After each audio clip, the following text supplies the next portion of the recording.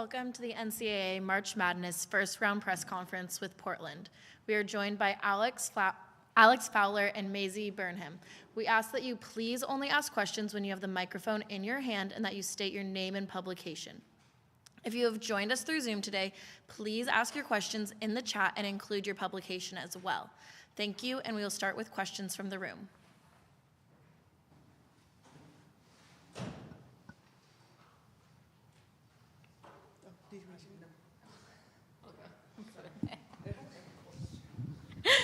Brenna Green, Coin 6.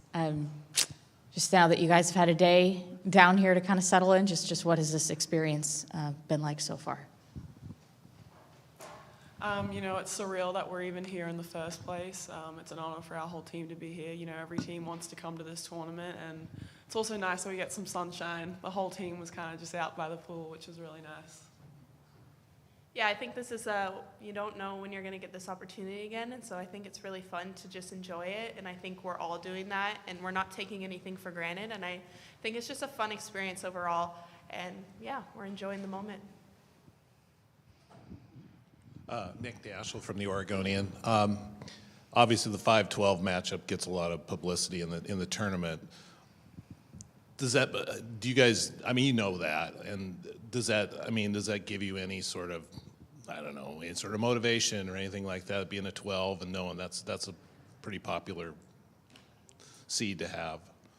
Yeah, I know there's history with that, and there's been some upsets with the 5 and 12 seed before in the past. But I think for us and our team, again, it's a privilege to be here, and we like being the underdogs. We like coming in, having to prove ourselves and show everyone we deserve to be here. And so I think just being that 12th seed is also it's a good spot. We like being in it too at the same time.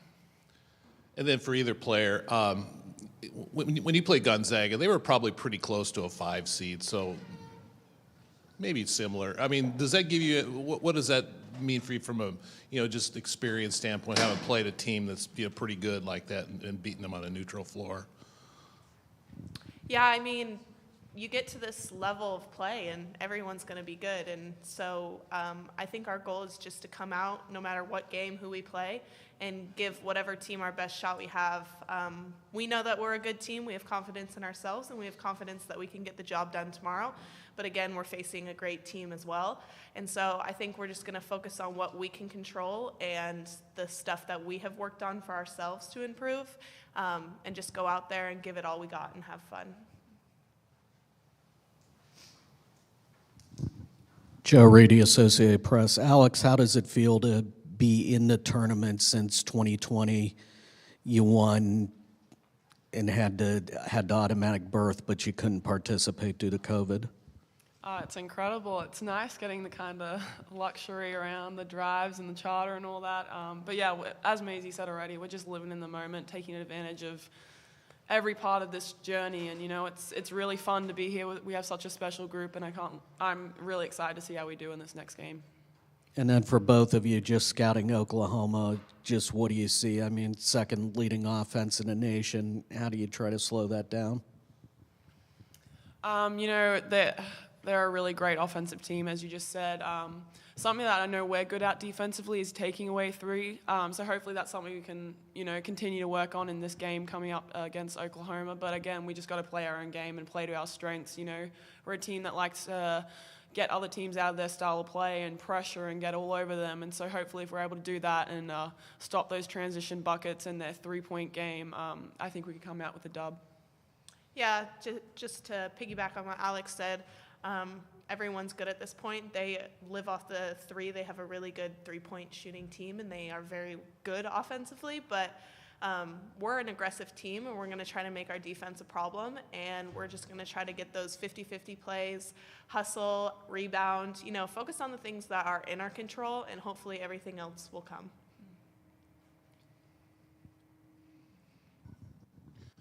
For either player, as far as I can tell, none of the players have any NCAA tournament experience. Maybe Lucy does. I can't remember if she was Oregon or not. But the coaching staff has plenty of playoff-type experience. How much can you draw from the coaches?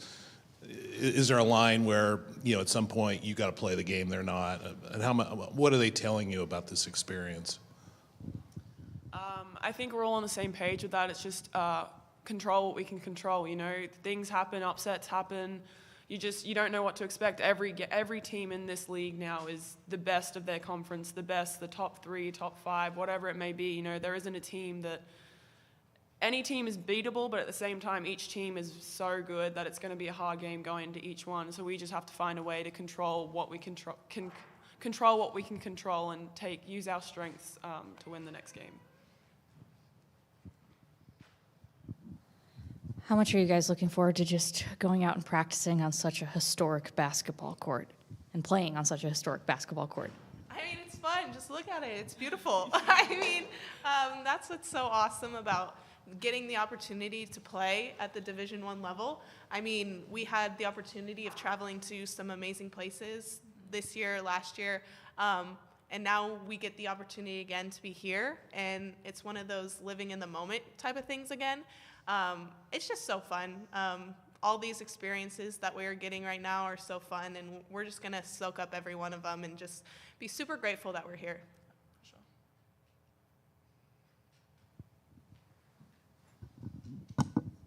Alex, how much popularity does the women's tournament have down in Australia? Because I know a lot more players are coming up and playing at the D1 level. I think there's a lot of popularity. You know, we were watching it when we were younger, growing up, seeing this. So it's just amazing that I'm actually here right now. We used to watch this growing up at home, seeing the NCAA tournament on, and it's just a privilege that I get to play here right now. But especially, we have so many Australians coming through in the college Division I programs now, which is amazing to see, and it's a credit to Basketball Australia for getting the development and bringing all these younger women through. And I think it's a great achievement for us. Any last questions? Thank you. Thank you.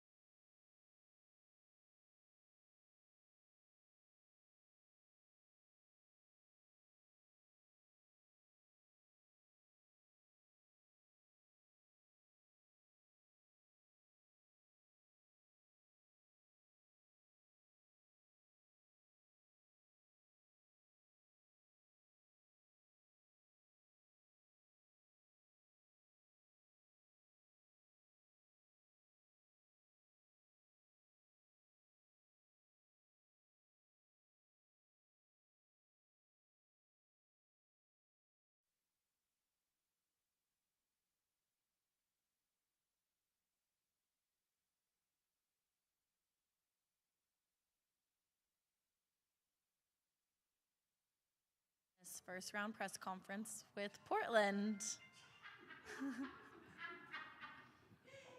We good? I'm good. Yeah. Okay. We are joined by Portland head coach Michael Meek. We ask that you please only ask questions when you have the microphone in your hand and that you state your name and publication.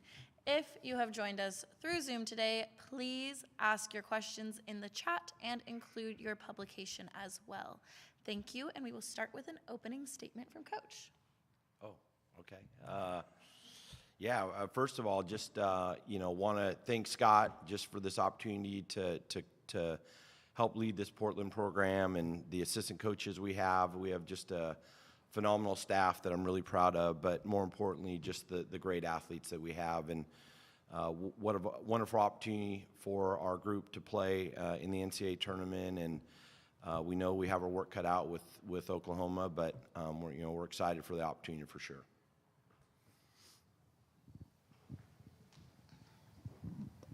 Brenna Green, Coin 6. First of all, obviously, who was calling you? That's I don't know. very important questions. Just what has it been like so far being down here for the last 24 hours or so and watching your girls experience something like this? I just think the whole experience, starting with the West Coast Conference tournament and, I think especially for our 5 seniors, but even for our younger players, just our 5 seniors obviously won the West Coast Conference in 2020, but didn't have a chance to play in the tournament. And I just so excited for them and so happy for them. I know that it was really important for them to have this opportunity. And, I think it's a really relief for our staff just to allow them to have this experience. And so, I think it started a week ago just with the exhilaration of winning the tournament and having a second chance to get back, and just the whole atmosphere around the tournament is phenomenal. Being at UCLA, and I don't know if we have anybody in our program that's ever been here before, and all the history of basketball here, and so it's a great feeling for sure. Yeah, what do you think it's going to be like for your girls and your staff to be playing out on a historic court like Pauley Pavilion? Well, we're going to practice here, I think, here in about 15, 20 minutes. And so I think that will just hopefully allow our team to get used to the court. And, they've been a really resilient group that's been awesome through adversity. And I'm really confident that they're going to come out and play together and give their best team effort. They've really been awesome about just kind of not thinking about anything else but each other when it comes to game time. And so I'm confident that when the game starts that it's going to be back to focusing on each other and trying to be the best version of themselves. Now that you've had a little bit quick scouting report of Oklahoma. They're just a phenomenal, scoring team. And I think sometimes scoring gets overlooked by there's defensive possessions that lead to that scoring too. So it's not that they just scored. They defend and they're athletic. I think they're like a +9 rebounding team. I think they're shooting like 26 threes a game. Like they just do so many great things that we know that they were co-Big 12 champs for a reason, and we're definitely excited to be in the tournament. And I think the truth is at this point, whoever we played was going to be a great team, and they've clearly earned the right to be here. And again, we're excited for the opportunity. But they're an amazing scoring team for one. I think second in the country in scoring. So. George Alfano, Oklahoman. Is there a point where if it's a lower score, it would benefit you and a higher score might benefit Oklahoma? Or is it just a case where both teams are going to run and whatever results?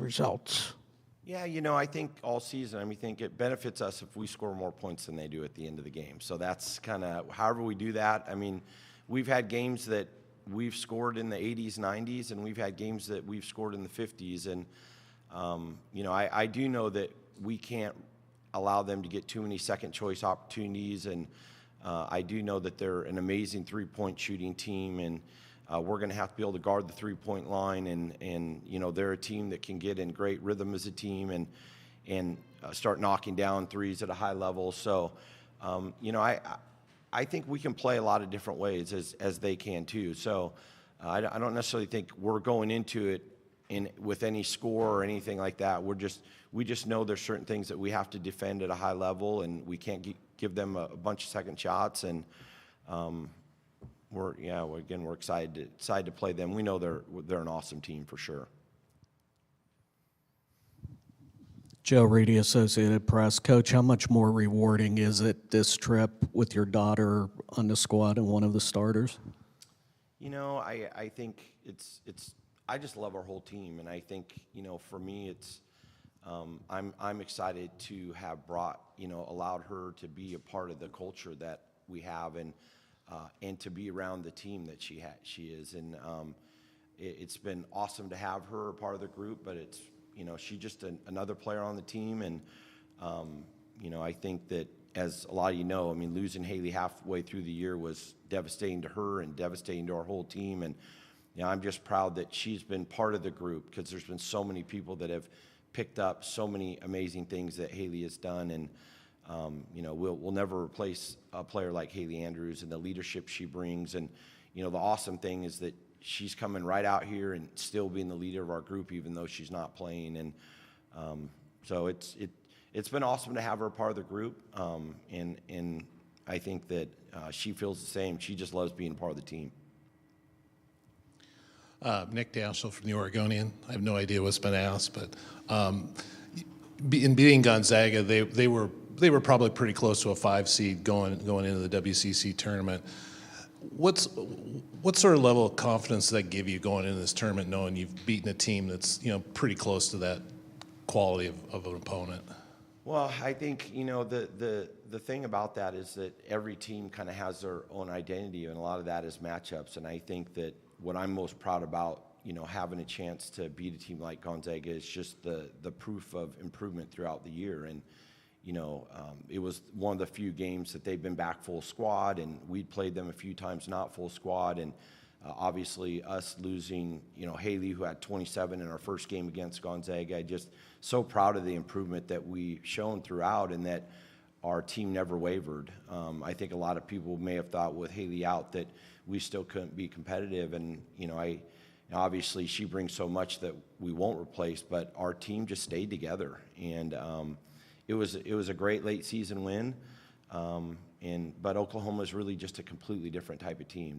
They play different. They have different personnel, and so, you know, we're going to have to play them differently than we played Gonzaga for sure. Yeah. And outside of Lucy, I don't think any of the players have ever been in a tournament, an NCAA tournament. But your coaching staff, you've been, obviously, Sharon and others. You guys have had a lot of experience at this.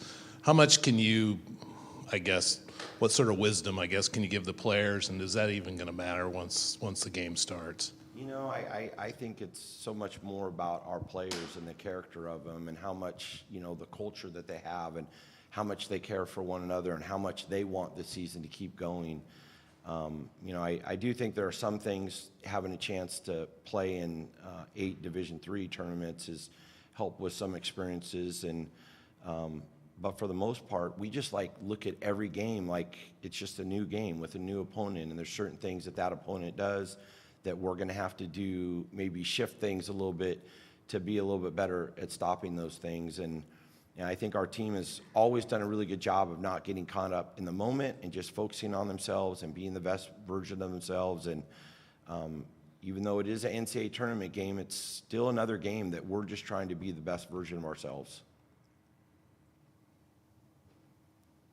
Do we have any final questions? Thank you, Coach. Awesome. Thank you.